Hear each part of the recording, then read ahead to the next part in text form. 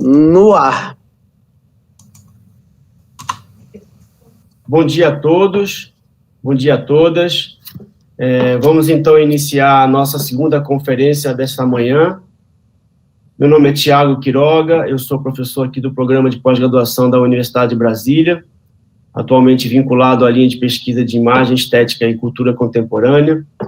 Gostaria de agradecer a presença de todos vocês, dizer que a gente vai então ter 1 hora de trabalho, né, incluindo a apresentação do professor Wulf e um momento seguinte de perguntas, né. Gostaria de lembrar que para os ouvintes, nós vamos colocar o link para a lista de presença no chat da transmissão.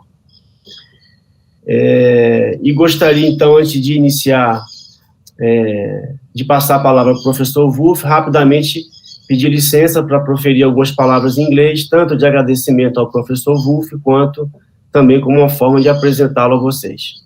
So, Professor Wulf, good morning.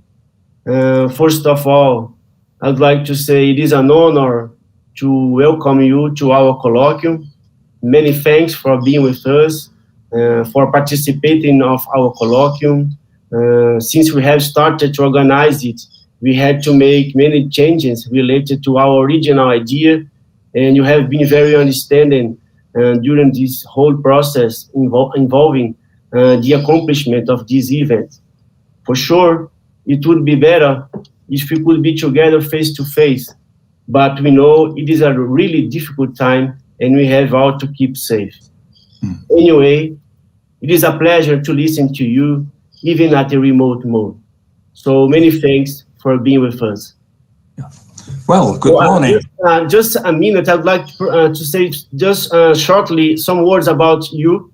Professor Wulf is a professor of anthropology and philosophy of education and co-founder of the Interdisciplinary Center for Historical Anthropology at Universidade, Berlin. He's a member of the International Research Training Group, InterArt, of the Collaborative Research Center, Performing Cultures, and the Cluster of Excellence, Language of Emotions, at Universidade, Berlin. He is professor of honoris causa, University of Bucharest, vice chairman of the Society for Historical Anthropology, founder of the Commission on Educational Anthropology in the German Society for Educational Science, member of the board of directors of the German Commission for UNESCO, member of the Conseil Scientifique of the Institut National de Research Pédagogique, Paris, Lyon, and the International Research for Cultural Science, Vienna. His focus of research is on historical and educational anthropology, mimesis, aesthetics, intercultural education, performativity, and ritual research. His research periods, invited stays, and visiting professorships include Stanford University, USA, University of Amsterdam, Netherlands, Institute of Education, London University, United Kingdom, Faculty of Education and Institute of Education, Stockholm University, Sweden, European Peace University, Stade Schellingen, Austria, Fondazione San Carlo, Modena, Italy, Institut Universitaire de France, Université de Paris, Nanterre, Université de Paris, Saint-Denis, Université de Paris, Diderot, Université de Paris, Jussier, Université de Lille, France, the Tokyo University, Japan, Kyoto University, Japan, and International Research for Cultural Science, Vienna. So again, Professor Wulf, many thanks. Now, please, you can take over. Yeah, good morning. Thank you very much for the invitation and the friendly words you used to welcome me. You know, I like to remember my last day in Brasilia. That is about 3 years ago, and I had the honor to be invited by your rector for a presentation at your university. And it's a pleasure to be with you again, even if it's only a distant kind of communication. I would like to talk about alterity and experiences of the foreign in the Anthropocene. And I would like to relate that to tourism, because it seems to me that today tourism is facing a very important challenge to reconsider what is tourism today, given the situation of the Anthropocene, given all the problems we have with the climate and all the problems related to traveling and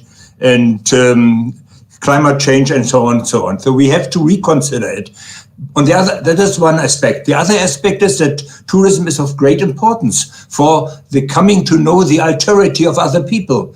And in the globalized world, we have to live with each other and have to live with in a large community. And in that sense, we do need tourism, and we need the experience of the other in order to be able to govern this world. So I think tourism has this kind of ambivalence. On one hand, there is a negative side. You know, if you take the tourism, let's say, with it to 3 or 4 European countries in 3 days or in a week, maybe, or 2 weeks, that this means it's like a film. You know, things are popping up. It's like in the internet, and you just see what you already know about it. And then there's another chance. Tourism can really help you to come to know new landscapes, spaces, new objects, things you don't know, and it can help you to enlarge your imaginary, your own understanding of the world and of yourself. So I think tourism has to be somehow seen between these two poles. And of course, there's another important aspect. I mean, in tourism, you often have differences between those who can travel and also the societies who can send their people out for traveling, and those who are visited. And this is, of course, not always a very it's not a very good situation, because in one case, those from the richer countries and those from a higher social classes, they have better opportunities to come to know the world. And the danger is that they look at other people and at other societies as objects, and that they are not really interested in a deeper relationship, but only in a superficial kind of coming to know. And of course, people from poorer societies, from poorer social classes, have the difficulties that they don't have the same chance to come to know the world as those from more wealthy countries and social classes. So, you know, tourism, if you look at it in detail, has lots of little problems, but the most challenging question is how to conceptualize tourism in the 21st century, given the challenges of the Anthropocene. I would like to talk a little bit about the situation which we have these days in the globalized world. That should be my starting point, because tourism is very often an intercultural one, it's an international one, but it's of course also tourism within a country, and it helps us, at least there's the potential of tourism to come to know the world better and to develop ourselves. You know, in the European history in Germany, traveling is one very basic way of educating oneself. And I think this is still true, even if we have all these difficulties in the Anthropocene we are facing, and even if we have the problems of COVID-19 today. But it needs the experience, and it needs the whole body experience of other countries and of other peoples in order to understand where we are, how the planet works, and how the situation is.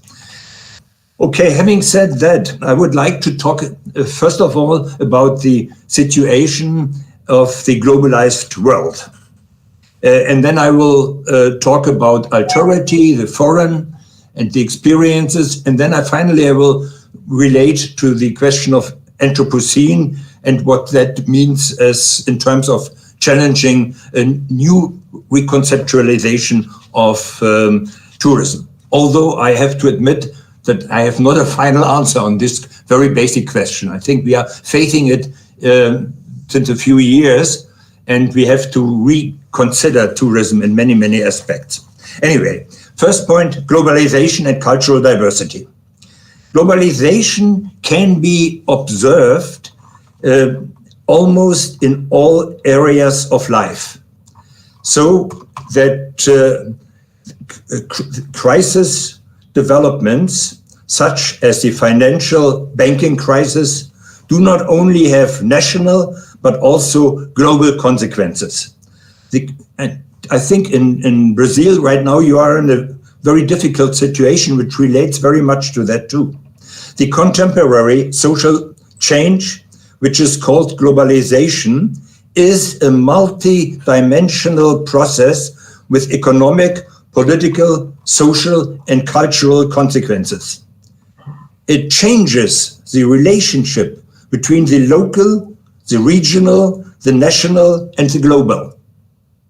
In this process, the following structural elements are of great importance. First, the globalization of international financial and capital markets. Second, the globalization of corporate and market strategies with production, distribution strategies with global dimensions and cost reduction through offshoring. Third, the globalization of research and technology development through development of global networks, new communication and information technologies, and the expansion of a new economy. Fourth, the globalization of transnational political structures with the decrease of influence of nations, the development of international organizations and structures, and the increase of the importance of non-governmental organizations. And fifth, the globalization of consumption patterns, lifestyles, and culture with a tendency to standardize. The spread of the influence of new media and tourism, as well as the globalization of ways of perception and structures of consciousness, the modeling of individuality and community by the consequences of globalization, as well as the creation of a one world concept of the world, one world style of living, one world mentality. Even though increasing globalization influences the lives of many people today, movements that emphasize cultural diversities are not less important and often encounter tensions.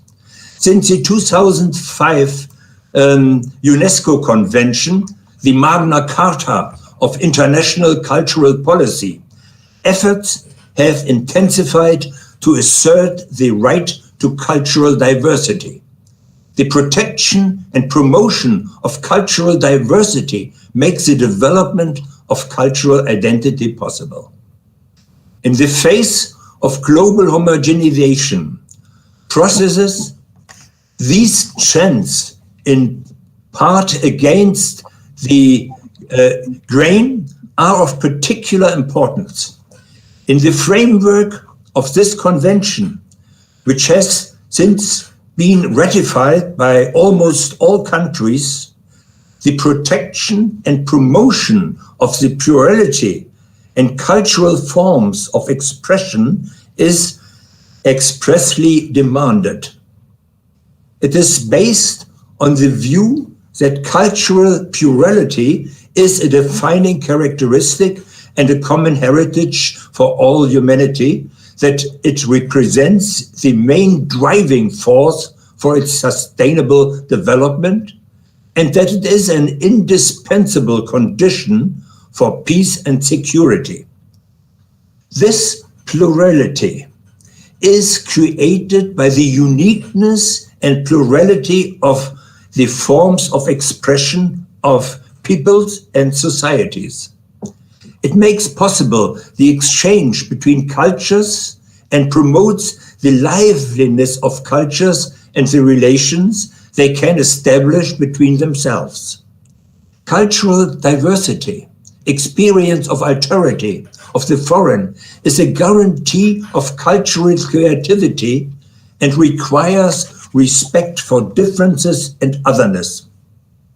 It goes without saying that the right to cultural diversity can only claim authority insofar as it does not violate human rights. My second point, the otherness in education and culture. In order to be able to estimate the possibilities and to consider the otherness in education at the beginning of the 21st century, it should first be realized that there are three important reasons which in the course of history have made it difficult for the Western systems of education and training to open up to the otherness of other people and other cultures, with which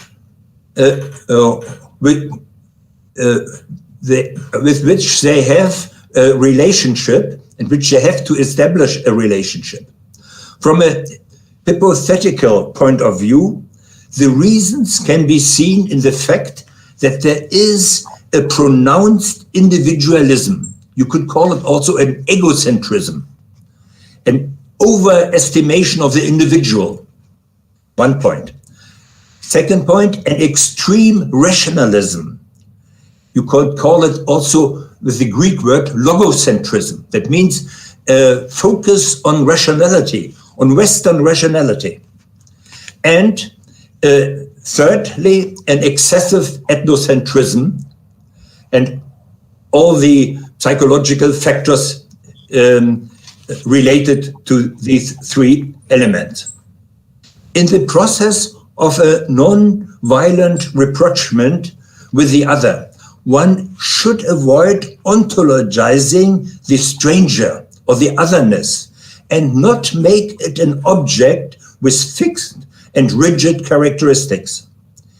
Instead, otherness should be understood as a relationship that is constructed in the process of an encounter with people from another culture, as a process that evolves in different historical and cultural contexts and whose specific character should be determined both conceptually and empirically. Now, three subpoints. First subpoint, a pronounced subjectivism or an egocentrism. The process of modernity, the constitution of the individual or the subject plays a central role. Technologies are used to form subjects. In doing so, there are many unintended side effects. The expected self-determination of the individual is often thwarted by others who do not submit to these demands. The ambivalence of subjectivism is translated on the one hand by the fact that the constitution of the subject obeys a strategy of survival, appropriation, and power, and on the other hand, a strategy of reduction and leveling.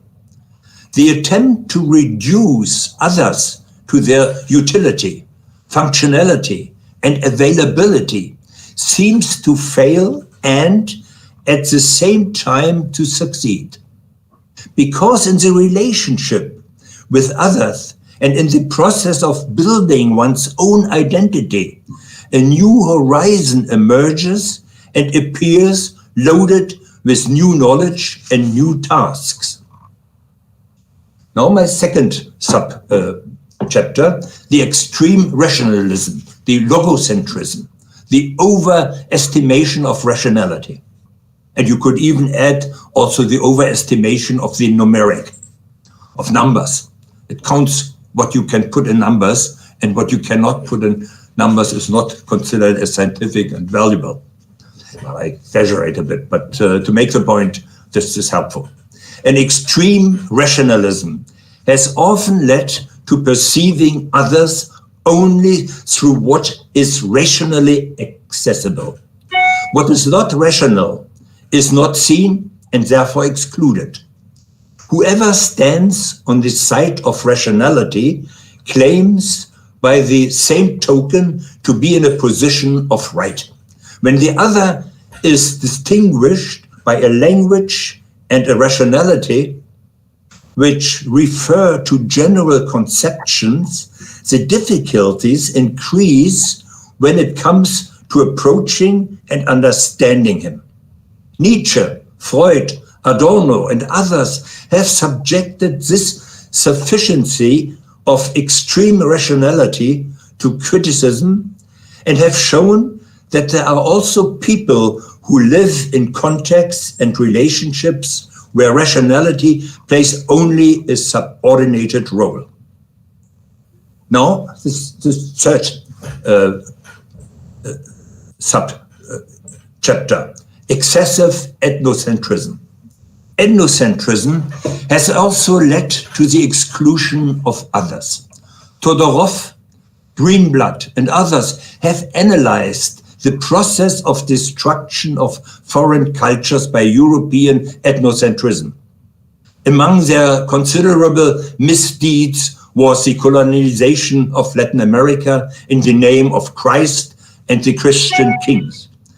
The conquest of this continent led to a massive destruction of the cultures of these places. From the first contact, adaptation and assimilation were demanded. The alternatives were slavery or destruction. By means of excessive gestures of domination, the conquerors imposed their culture as if it were necessary to create a world without cultural differences and without otherness. The knowledge and the strategic power allowed them to subjugate the native peoples. The Indians did not understand that Spanish conquerors had an unscrupulous behavior, that they used their language to deceive them. The friendliness did not mean what it pretended to be. Promises were used less to conclude something than to deceive others. Many actions were aimed at something other than what they claimed to be. This relationship to others was legitimized by the interest of the crown, by the missionary tasks of Christianity, and by the inferiority of the natives. Christopher Columbus perceived of the natives what he already knew of them before meeting them. He saw in their world signs that referred them to something known, and it is in relation to this frame of reference that he read them, that he classified them, and that he interpreted them. His frame of reference resembled the bed of Procrustes, who forced everything stranger into it by adapting it. My next point, the me is another. The me is an other. The dynamics of globalization penetrate more and more areas of life and often make it more difficult to encounter others as strangers, even though this encounter has a constitutive function of people and for the community. Often, the acceptance of the stranger requires an effort on one's part. But it is only this effort that makes it possible to experience the other. To be able to experience the strangeness of others presupposes that one is willing to learn to know others as they are. Individuals do not form a unity. Each being is made up of contradictory facets and of different desires of actions. Rimbaud, the French poet, formulated this situation in an easy way to remember. Me is another. It is the repression of the biggest contradictions that the me tries to preserve its identity, but this is always restricted by heterogeneous impulses and by normative requirements. The inclusion of these excluded parts in the perception of one's own me is a presupposition for the establishment of an acceptable relationship with the stranger. The complexity of the relationship between the me and the other lies in the fact that the me and the other do not stand face to face as two entities closed to each other, but that the other enters in multiple forms into the genesis of the me. Other is not only outside, but also inside the me. Given the constellation, there is no fixed point below or beyond the other. The other is always included in many modalities of the me. Who the other is and how he is seen does not depend only on the me. And the interpretation that the other person gives to himself are just as important. They do not necessarily have to be homogeneous, but they always enter into the image of the other that the me makes of him. Since the question of the other includes the question of one's own me, and the question of what one's own me includes the question of the other, the processes of understanding between the stranger and the me are always also processes of thematization and formation of the me. If they succeed, they can lead to the understanding of the limits of the intelligibility of the stranger. Faced with social development that aims at a disenchantment of the world and the disappearance of the exotic, the danger exists that the human beings of the Anthropocene meet only themselves, and that they can no longer experience the stranger whose confrontation would allow them to continue to develop. And that is the task and the chance also of tourism, to help here in this process to continue to develop oneself by confronting the foreign, the unknown, the authority. If the loss of the stranger becomes the cause of endangering the possibilities of human development, then importance should be given to its protection. That means to the alienation of the known and the preservation of the me's strangeness. Efforts to preserve the strangeness in the interiority of the human me and the external world would, in this case, constitute necessary counter-movements against a globalization that levels all differences. My next point related to this one is the difference and the experience of differences in tourism, in traveling. Differences produce borders and contribute to their dynamization. Without these differences, the construction of a cultural or transcultural identity is not possible.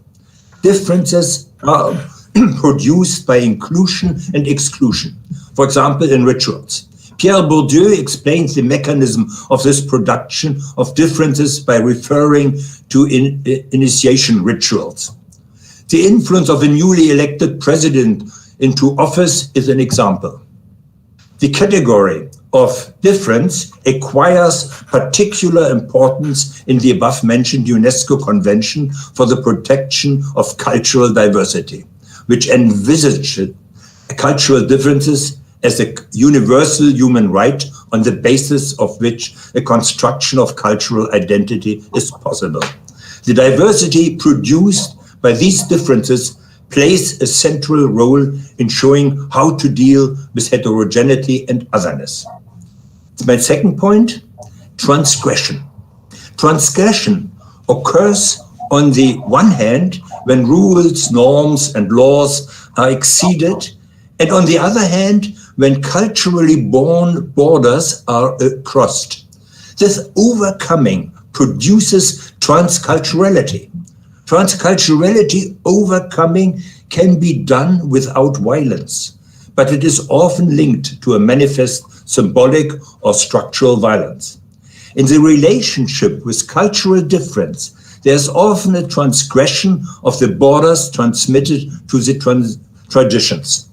The dynamics of this relationship gives rise to something new that is transcultural.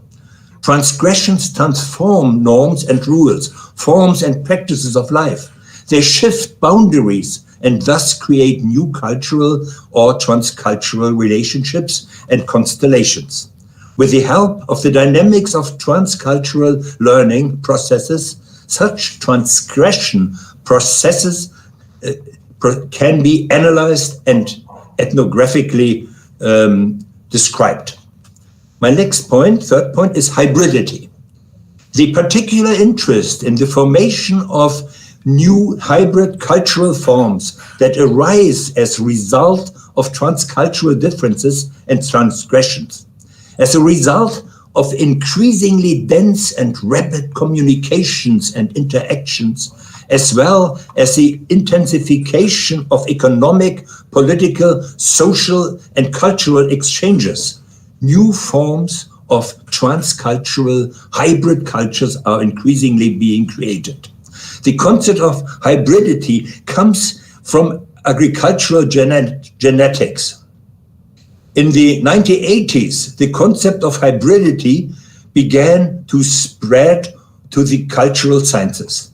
The concept of hybridity is used to determine cultural contexts, not only in a dualistic and essentialistic way, but also to show that through these contexts, new transcultural identities can emerge with the help of a third space. And this is, of course, a very important point also for tourism, that we, when we travel, often have experiences of Is there a communication problem? Can you hear me?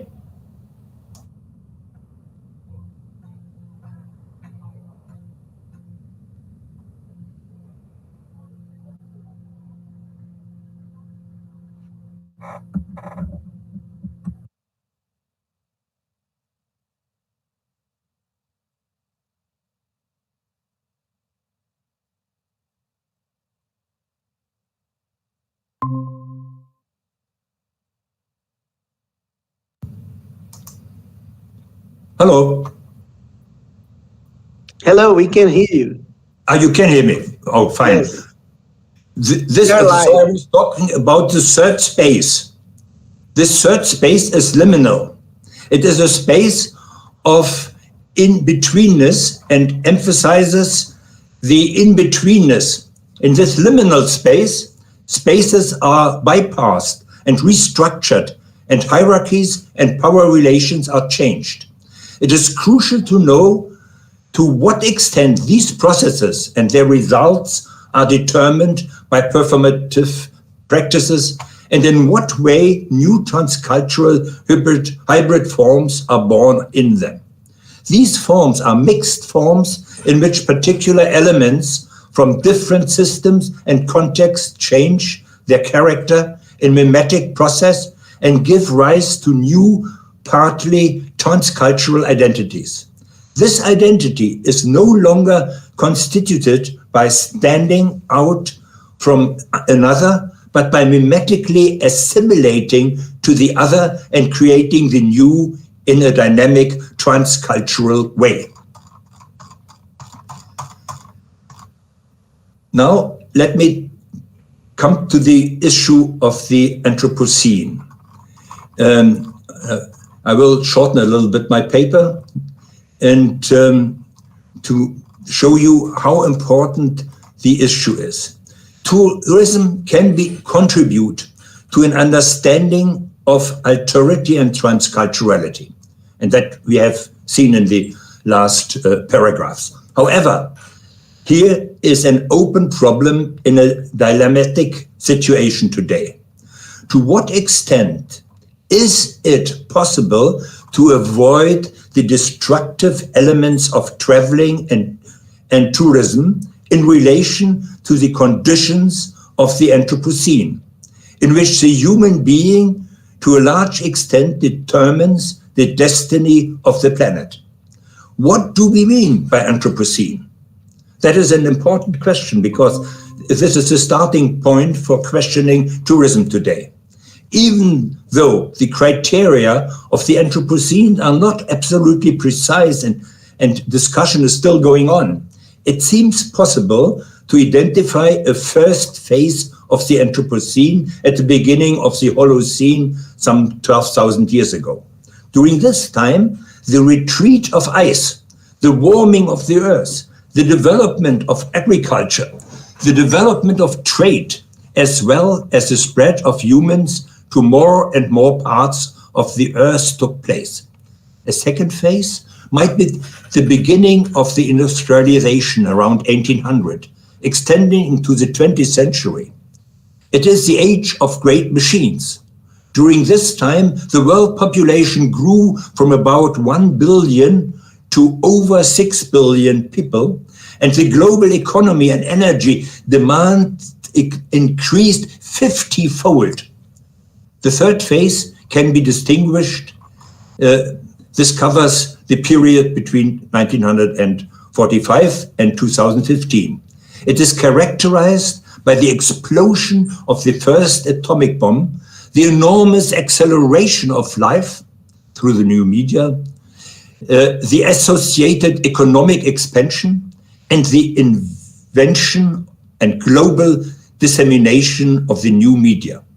The beginning of the fourth phase, the Anthropocene, in the narrow sense of the word, was marked by the UN General Assembly's decision on Sustainable Development Goals for 2015, which led to extensive corrections on the way humans treat the planet because of the concerns raised. Everything that lives changes its environment. This applies to plants, animals, and humans. According to an estimation by Witusek, humans use between 40 and 50% of the land surface for their needs, only for human needs.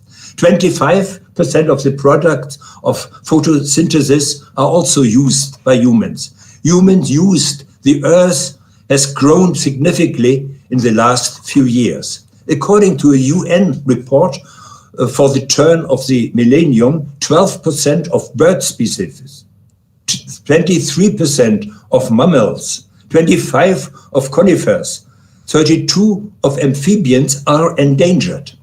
According to the WWF figures, the population of marine animals decreases by 49% between 1970 and 2012. In addition, the following man-made products have an impact on the earth. First, waste from electronic devices such as televisions, smartphones, computer. Second, the alteration of the soil by human activity. Third, the approximately 100,000 materials produced from chemical synthesis, of which plastic products make up a large part. Fourth, the numerous metal produced by man, such as zinc, titanium, and aluminium. Fifth, the interference with the structure of life by breeding and genetic manipulation. Sixth, the disturbance of the global cycle of the atmosphere. 7, the deposits in lakes, rivers, and seas. 8, disasters such as volcanic eruptions, nuclear tests, and so on. On one hand, the Anthropocene makes tourism possible, as we know it today. On the other hand, tourism is an unintended strategy to spread the negative effects of the Anthropocene. The open question for tourism is, how can we develop a tourism which takes the mentioned destructive elements into consideration and tries to consider them without abandoning the important contributions tourism can make for the mutual understanding of human beings in the globalized world of the Anthropocene. This is the dilemmatic situation in which no simple solutions are possible. To focus this problem will be of great importance to future research and development of tourism. Thank you very much.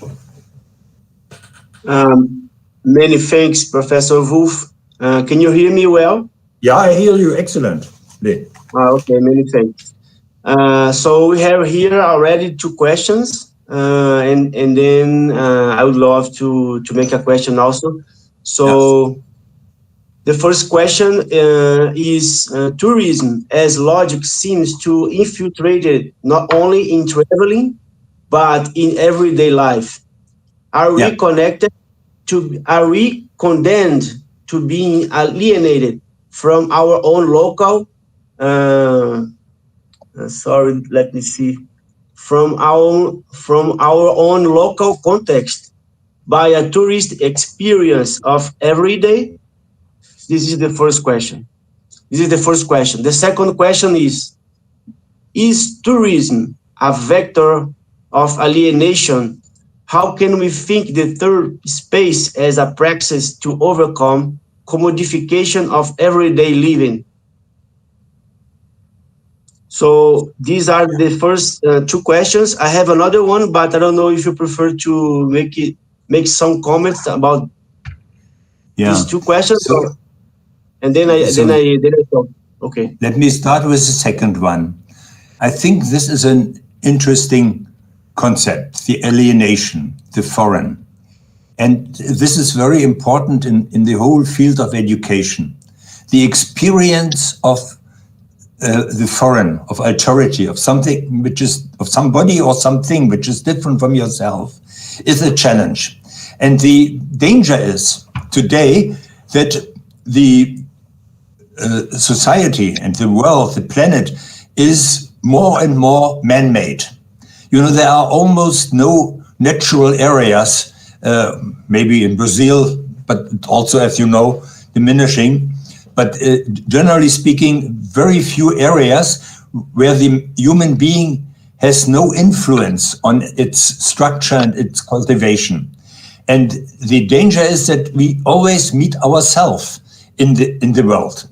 And that is, of course, a danger because it limits our curiosity, our creativity, and also the pleasure of being alive. When all when all the things which have been created are created by human beings and are visible as such. So that would be one point. So I think it is a very important experience also in education as well as in tourism that you experience the authority, the fact that you don't understand everything, that things remain strange. And I think this is a very important experience also for your own development as a human being. Not to know everything and not to be able to see that we do know very little. And it's increasing what we know, but in some areas it's also decreasing. You know, take Socrates' old sentence, you know, it's important to know that we do not know enough. And this is important also for your own character, for your own development. Okay, that was a long answer, but for a very complex question. And can you just help me with the first one? I did not quite get it. The first question? Yeah. Oh, so the first question is tourism as logic seems to infiltrate it not only in traveling, but in everyday life. Yeah. are we condemned to being alienated from our own local context by a tourist experience of every day? Yeah, no, that's a good question, and not easy to answer. You could say that I think in tourism, we are looking for new experiences and for situations which are not the same as at home. And we experience this as an enlargement of our personality, of our imaginary. And that's why we have pleasure in traveling and coming to know something we don't know. Of course, it's today, with the globalized world, often very difficult to say what is foreign, what is known. And as I said, you could not look at it as in an ontological sense, that this is the foreign, this is your proper being. It's always a relationship. And as you said, in the daily life, we have often a mixture of foreign and traditional knowledge, and they both go together and form what we might call the all-day experiences. Many thanks, Professor Wulf. I have also a question. Before, can you just put your camera in the middle because we are not seeing? Yes, lower? Okay. No, it's okay. Just for the left, to the left. Okay, it's okay now. Like this? Yes. Yeah. Okay. Many thanks. So I have a question, Professor Wulf. So as a result of the globalization process, one of the most dramatic contemporary form of traveling has been led by immigrants from different countries toward the USA and Europe. Yeah. In the years 2015 and 2016, for example, Germany received about 1 million immigrants in its territory, of which almost half of them received the status of legal residents in the country. This element posed the challenge of cultural diversity as a concrete reality, not only as a synonym for a more plural society, but also with real challenges in terms of social inclusion. For example, in this context, transculturality involves different types of action and understanding. For example, to realize what you are calling contact areas. And school is a good example of a very important contact area where we have to take a look at this problem of transculturality. Could you make a comment about this? Yeah. Well, I mean, this is today one condition of the globalized world. We have 80 million people which are, which are refugees. And referring it to Germany, Germany took in these years, you mentioned 1 million foreigners, refugees as asylum seekers, and tried to help them partly for a given period, limited period, partly also for a longer period. And there it was very obvious, these refugees come from very different cultures. It's not like in France, where most people come from a French-speaking Africa, and so are a little bit familiar with the French culture. Same applies to Britain. In Germany, foreigners who came had to really learn and come to know the German culture and the European culture from the very beginning on, and from the very basic, in a very basic way. And that is, of course, difficult. And also, the country or the people in Germany was discussing, what can we do? Many were very much in favor of them and wanted to help, and also were engaged in human rights to help people who had to leave their countries due to war and so on. That was one aspect. And then you had others who had difficulties with the foreignness of the foreigner, with the other behavior. They were often talking louder. They were always in groups. And of course, the concept of woman and man were very different, and many women felt offended. Then they had the problem of sexuality, because most of the refugees were young men, and all these problems. So what the consequence of it is, I think that we have to consider education these days really as an intercultural task. We are no longer, let's say, only Germans or only French or only Swedish. We are, the new societies are mixed up with people from other countries. For example, in most, in the big cities of Germany, you have people from 150 different backgrounds, cultural backgrounds. And this is, of course, very difficult to live and to do something. And as I suggest, is the understanding of the alterity is an important point. But on the other hand, you have also to see what we have in common. When they come to Germany, or when they come, let's say, the Venezuelan to Colombia, they have to see what this country is like and how they want to integrate themselves in this country. So it's it's theoretically difficult, but in practice it's even more difficult. You have to change a lot of attitudes of people, and it's not easy. Yeah, maybe it's... Yes, many thanks, Professor Wulf. We have another question. Yeah, sure. It's a question made by Miguel, Professor Miguel.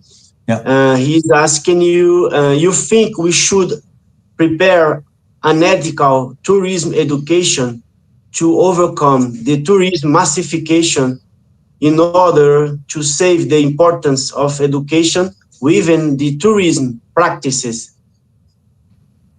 Yeah, but that's a question. I think it's, at least in the Western countries, in the democracies, you cannot realize it. I mean, you cannot limit it through laws and so on. You can limit it through expenses, that traveling gets more expensive, then you can limit the amount of people who travel. But on the other hand, there is always this positive side, that people come, for example, if you take Europe, young people till the age of 30 can now get a passport or a ticket and can travel 1 month for very little money in Europe. And the idea is they should come to know the European Union, to identify with the country. And that is, of course, true for other countries too. You want people to travel, because traveling educates the people, and it also helps you to understand the differences. And I guess that we always, at least in the Western country, we have to negotiate these things. And I think there is a big challenge to tourism. I mean, the question if we can really continue this type of tourism we have, that, for example, in Europe, people fly to Turkey in summer for 2 weeks and use a lot of resources. Sure, they help Turkey to develop, and they have the people to develop, but it raises the question of related to the Anthropocene. We might have to limit our traveling. For example, I have limited myself in a personal way. In Germany, I don't take the plane anymore for many years already. I just travel by train to reduce a little bit, the pollution or the climate problem. And so I think we have always to get people convinced of what has to be done and what can be done better. Yes. We cannot just do it like in other countries, that we order it and then people have to follow. So education becomes very important, and that's political life, democracy. You exchange with people and try also to help them to find their way in this complex world. Yes.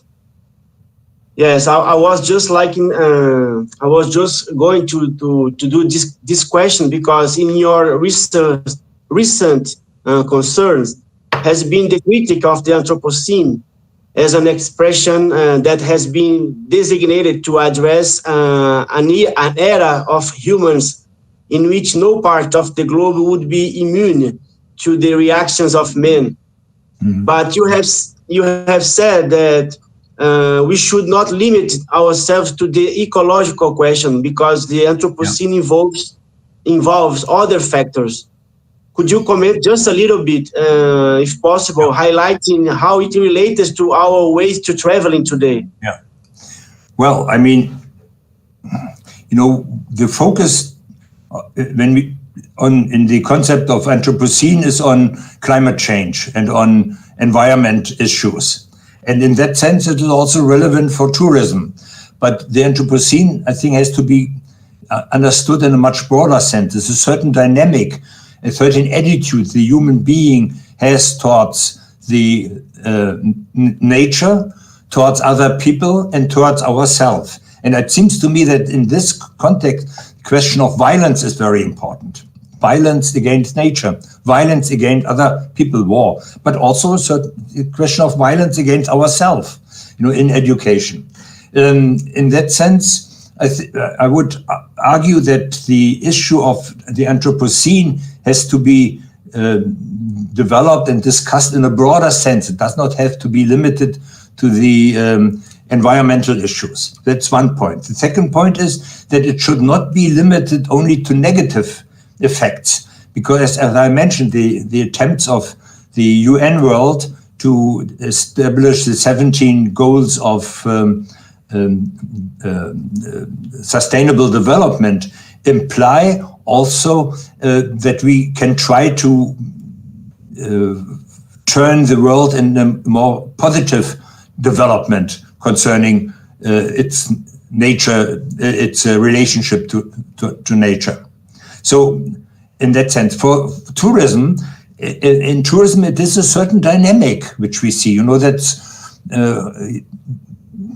curiosity, activity, explore the world. That's why it makes it so difficult, because these are also very positive attitudes. But the problem is that when all of us develop this attitude, it turns into a negative side, because the planet cannot cope with it anymore. Traveling, and that is a big problem, and I have no solution to that. I think we have first to see the problem, and then we have to discuss it and see if there are solutions. In any case, I would say that it makes no sense, for example, to export fruits from Latin America to Europe, or even from Spain to Germany, and we use a lot of energy for all this, and a lot of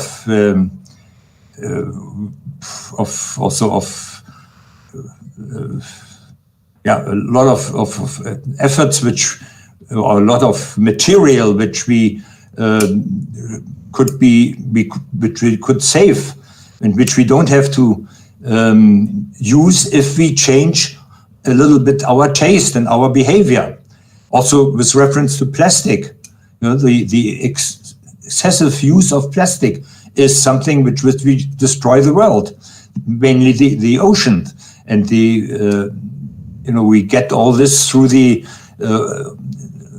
fishes we eat, because they eat the plastic stuff, and then we get it back, and so on and so on. So there is a circle, and which makes it very clear that we have to try to change lots of our attitudes, and and I think also including tourism. How to do it and what to do, that is another issue, and that's difficult to say. And we have to do as I said, some research on these issues.